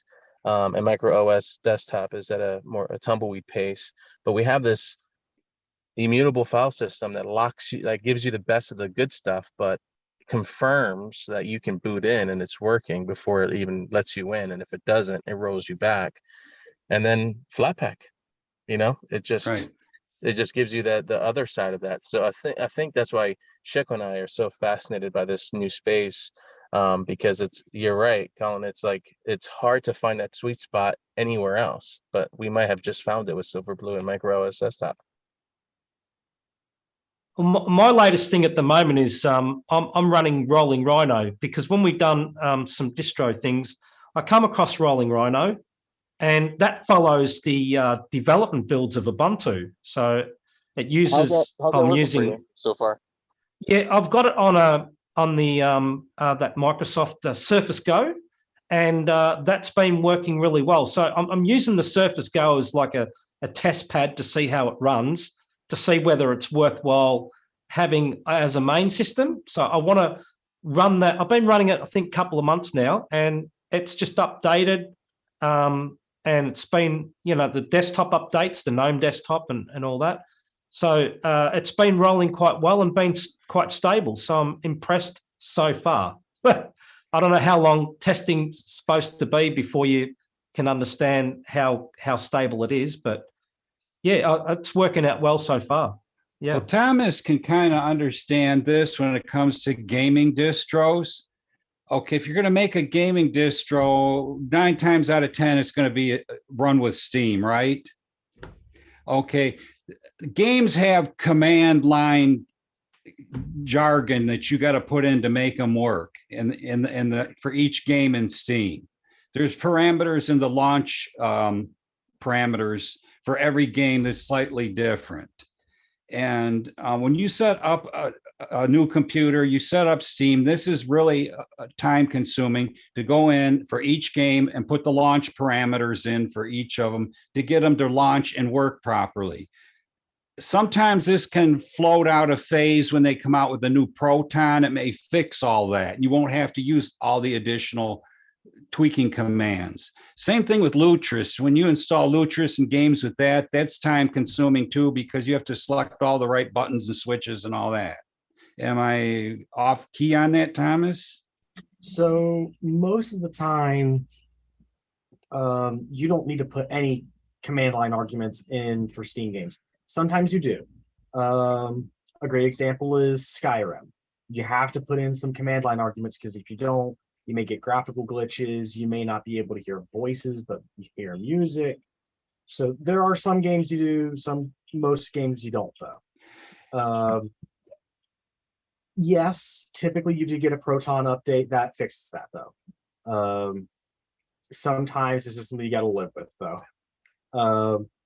And sometimes you can have an update that is completely unrelated that fixes that. A great example I've noticed is when you switch from Pulse Audio to Pipewire, basically any Pulse Audio command line argument, both A, doesn't work, right, and B, you don't need it anymore anyway, because Pulse Audio just works when it comes to games in Proton.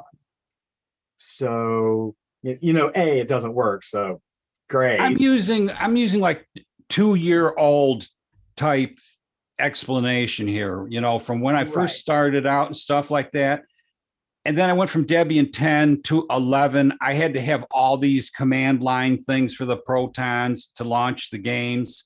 And, you know, now I'm noticing like with Cyberpunk, you can go right to the latest Proton. You don't need all the extra command line junk to run Cyberpunk. It just runs with the regular Proton. Yeah. And I think the end game, any end game, pun intended, any game that you throw at what would be hopefully the latest version of Proton, it can just run it. No command line arguments necessary. Right. Now, there are some games, Doom Eternal, for instance, where you don't need to give it command line arguments, but it makes the experience better. Right. Because like with Doom Eternal, you can give it a couple command line arguments and it skips that little intro video that you get with a lot of games. Yeah, you skip the intro. That's used a lot. Yeah. The ones that skip intros.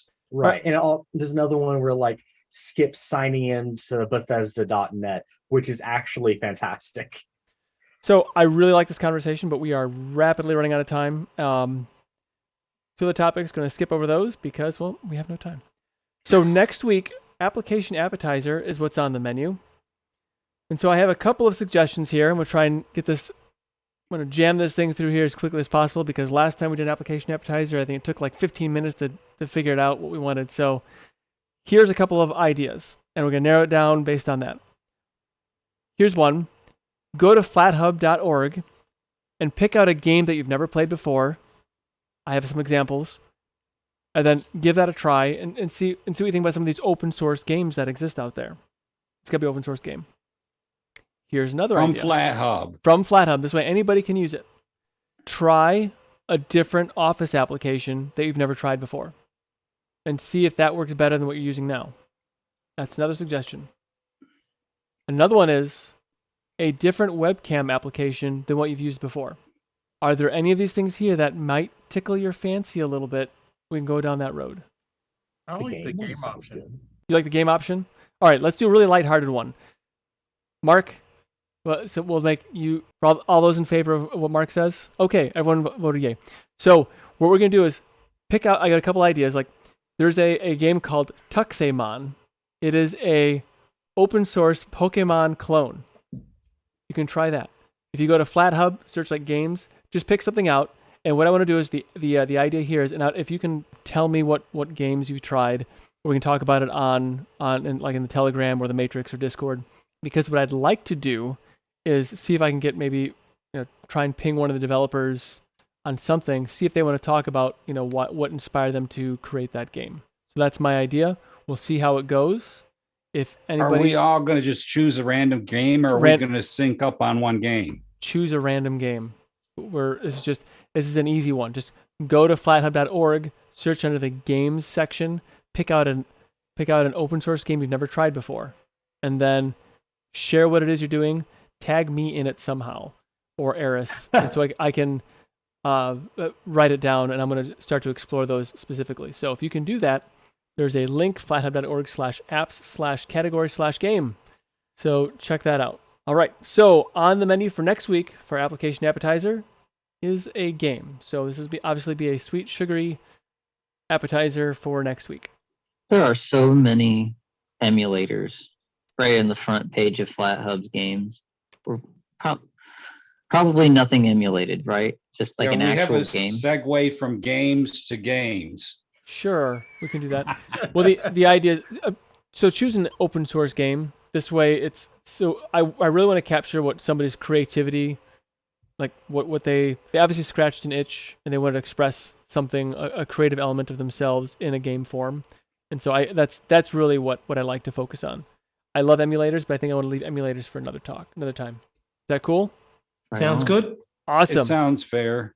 All right, so I want to get to one news topic that I thought was apropos considering some of our discussion. So I want to muddle our way through some of the Linux news. As always, a big thanks to Michael of This Week in Linux for mixing up a great flight of topics. And the first one on the list is Arch Linux hit by the Grub oopsie doopsie, or oopsie doodle. Did anybody get bit by the Grub Arch bug here? Nope. Does anybody know about it? I think Linux Ninja talked about it. I heard about it. Yeah. So I know about it. Of course you know about it, right? The Arch Linux community and Arch-based derivatives had a bit of a bumpy week this past week due to a change that happened in Grub. This caused some people to not be able to boot their computers, which is easily one of the worst kinds of bugs to run into. So the Arch Linux news page stated that recent changes in Grub added a new command option to FWB setup, and changed the way the command is invoked in the generated boot configuration. Depending on your system hardware and setup, this could cause an unbootable system due to incompatibilities between the installed bootloader and configuration.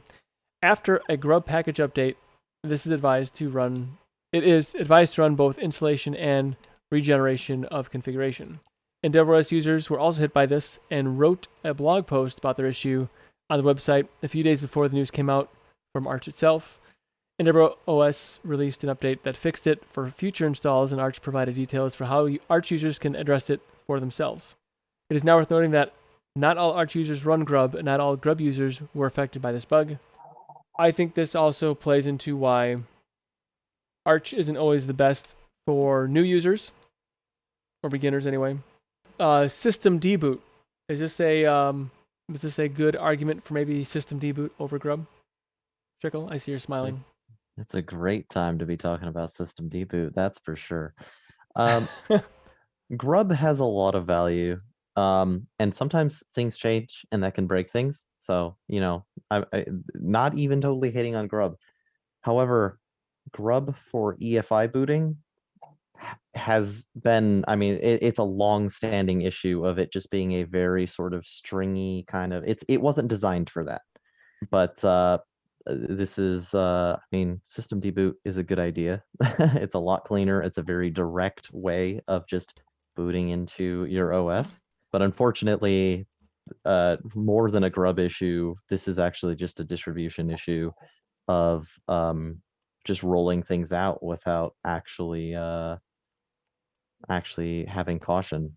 Yeah, it's definitely a serious issue. I know that like Annie in the chat she did mention something in on her Twitter that her Arch system went down, and that was kind of hoping maybe she'd chime in the chat, but that's all right.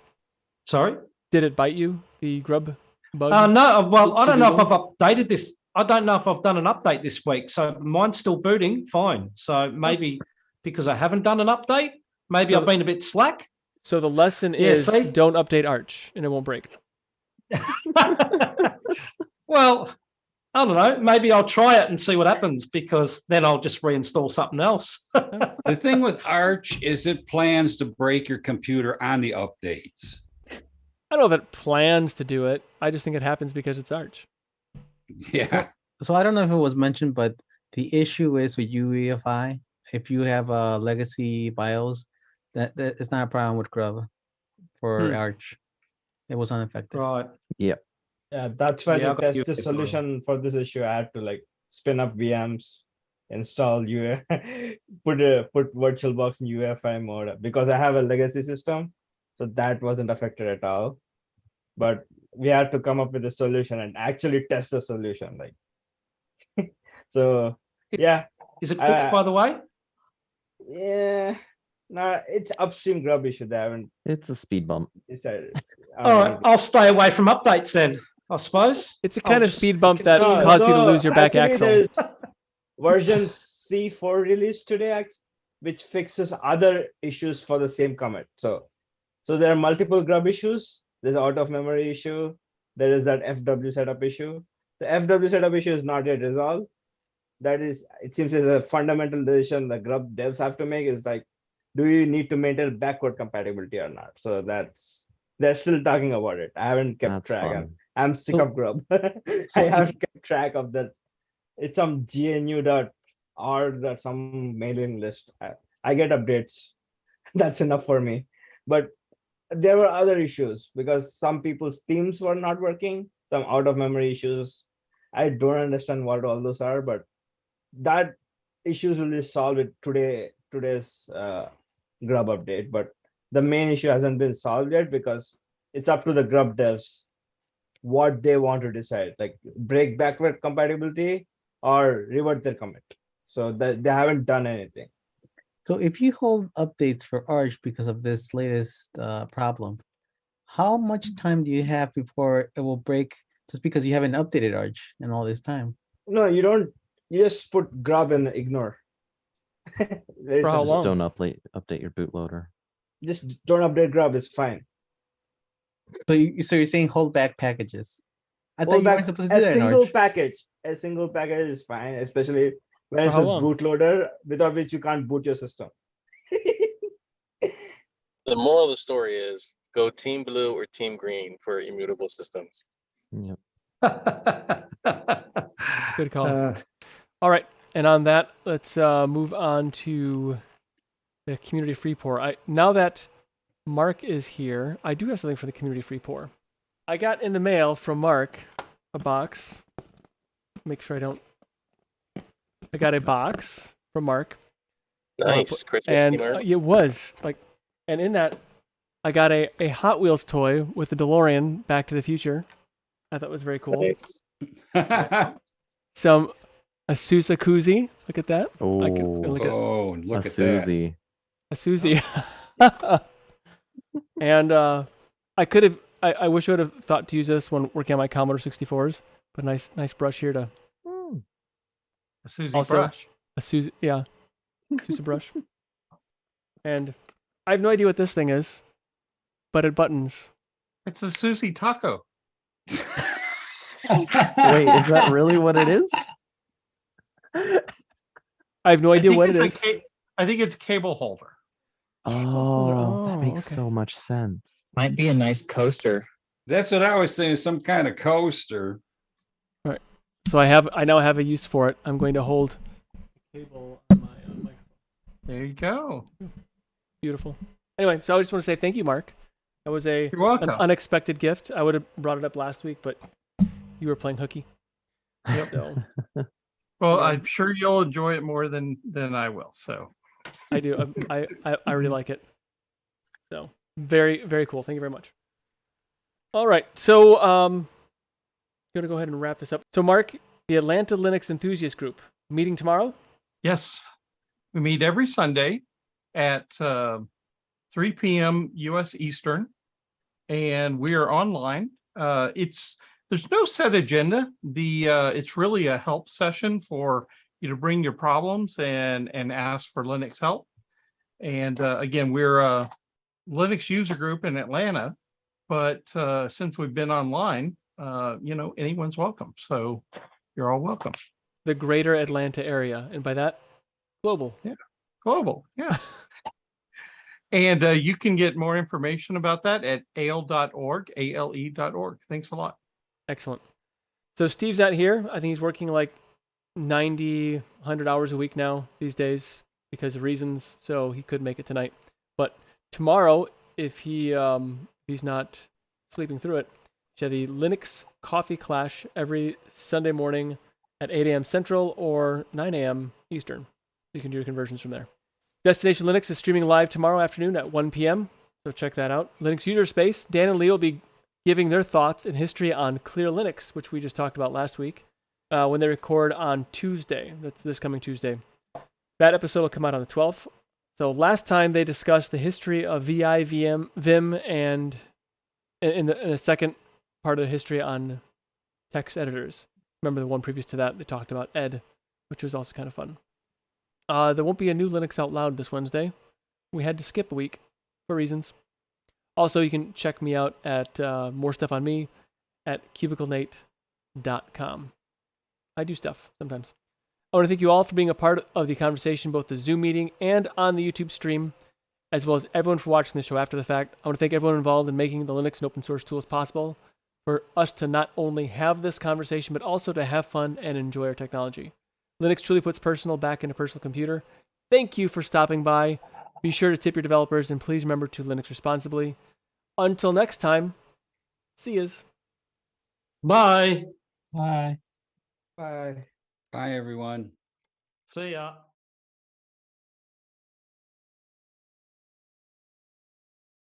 And then about Burger should be done 2017. fairly soon. Don't gotta speak all at once. What was the question again? Okay.